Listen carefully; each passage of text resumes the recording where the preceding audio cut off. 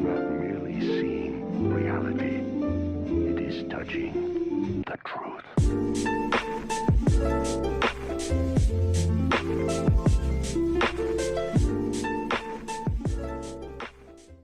What's going on, everyone? Welcome back to Chronic Gamer. My name is Matt, and this is my final thoughts and redirect for One Piece, episodes 1 through 5. So go ahead, click the link in the description, check it out over there, come back here, let me know what you think in the comment section.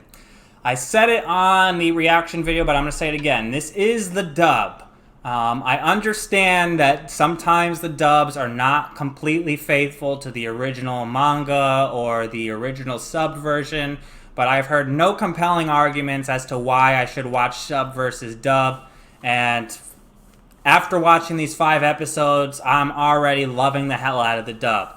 However, I've decided that I'm going to keep an open mind for the people who want to correct the dub and tell me what happened in the sub, or how it's said, or what the inflections are in the sub version. I have no problem with that as long as you keep it civil in my comment section and don't start a sub-dub war, because I will shut that down and tell you that I prefer the dubs, and that'll be that. I won't have it. So, keep it civil. Let me know what you think with the dub versus sub, as long as, you know, you're not starting fights with anybody over there or anything crazy like that. Okay, so, damn. This show is already interesting as fuck. We got the main characters, Monkey D. Luffy and Zoro, and now we have this other girl, and I'm totally blanking on her name. I'm sorry, but they only said her name like two or three times. Maybe it's Nani? Is it Nani? I don't remember. I think it's Nani, but I could be wrong. We got them, and we got Kobe. Kobe was in episode 1, and he was on Ursula the Pirate's ship, and I know Ursula's not her real name. I'm just totally blanking on her name. She reminded me of Ursula the Sea Witch, so...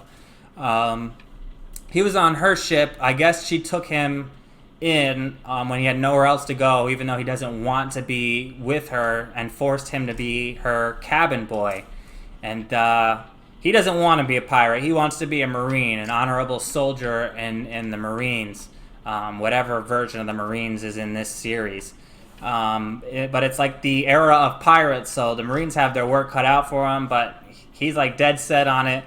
He's a little bit of a coward at the beginning, but Luffy kind of snaps that out of him and shows him another way and tells him to like pursue his own dreams and not be caught up in being a pirate or a cabin boy just because other people wanted him to be. Like, if he wants to be a Marine, he should go out and do it.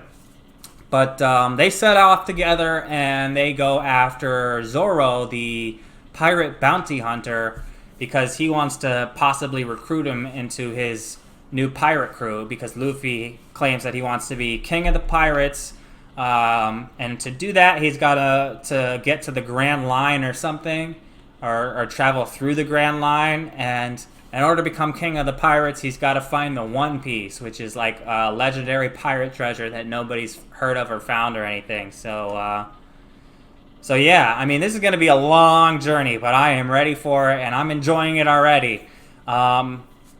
They rescue Zoro, and they free the island and the Marines there, who are under the rule of Captain Morgan, who is like this, I guess he was like a Marine tyrant or something. Somehow he became control over the Marines on that island and the island itself, but...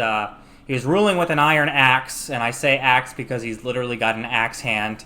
And, so after they rescue him and liberate the island, even the Marines who are against pirates give them the salute, which was really nice. And they get Kobe to join them. I guess through, this fight that they had, Kobe shows that he's not with them, even though he respects them and is grateful to Luffy for helping him get that far.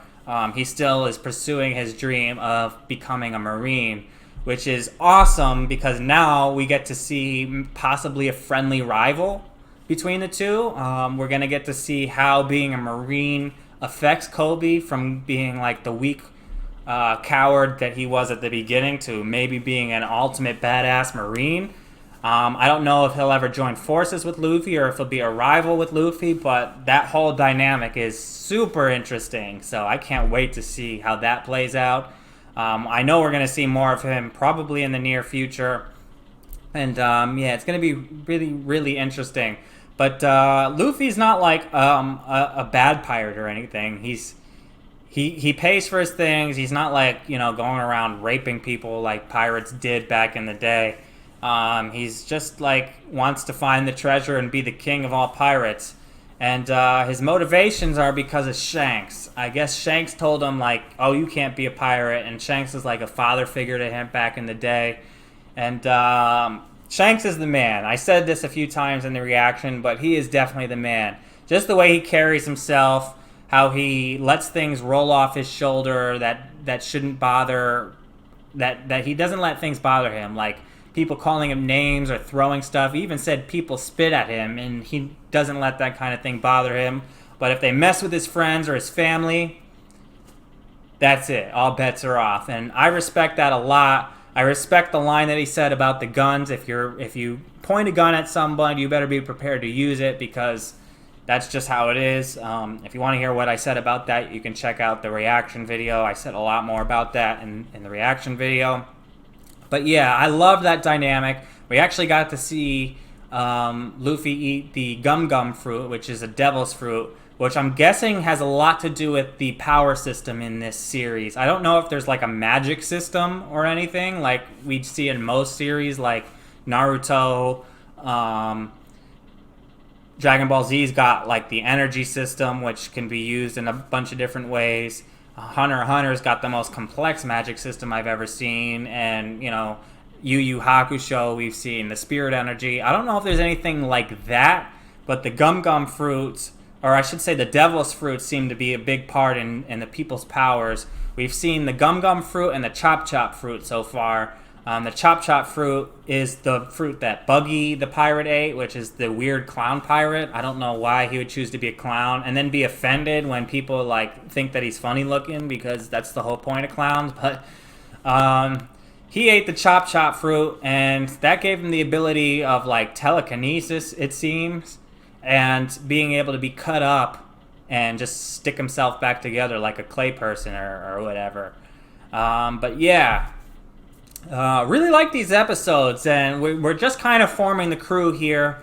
We kind of ended it on a cliffhanger, but I will be recording episodes 6 through 10 probably tomorrow morning for early access on Patreon, because this is going straight to YouTube. I'm not putting this one on Patreon. So yeah, I will be recording the next 5, so I will see the conclusion of that by tomorrow morning. So yeah, that's pretty much it. I'm really liking this so far, and I can't wait to see his crew form, and I can't wait to see them go on their journeys and have their adventures, because it's just now feels like it's starting. Even though 5 episodes have gone by, this is a really long series, so it's going to take a while for things to really pick up and really get to the meat of it. But that's why they call it a journey, and it's a journey that I am ready to take. So bring it on. Let me know what you think in the comment section, and if you haven't already, like and subscribe. And until next time, I'm Chronic Gamer. Peace.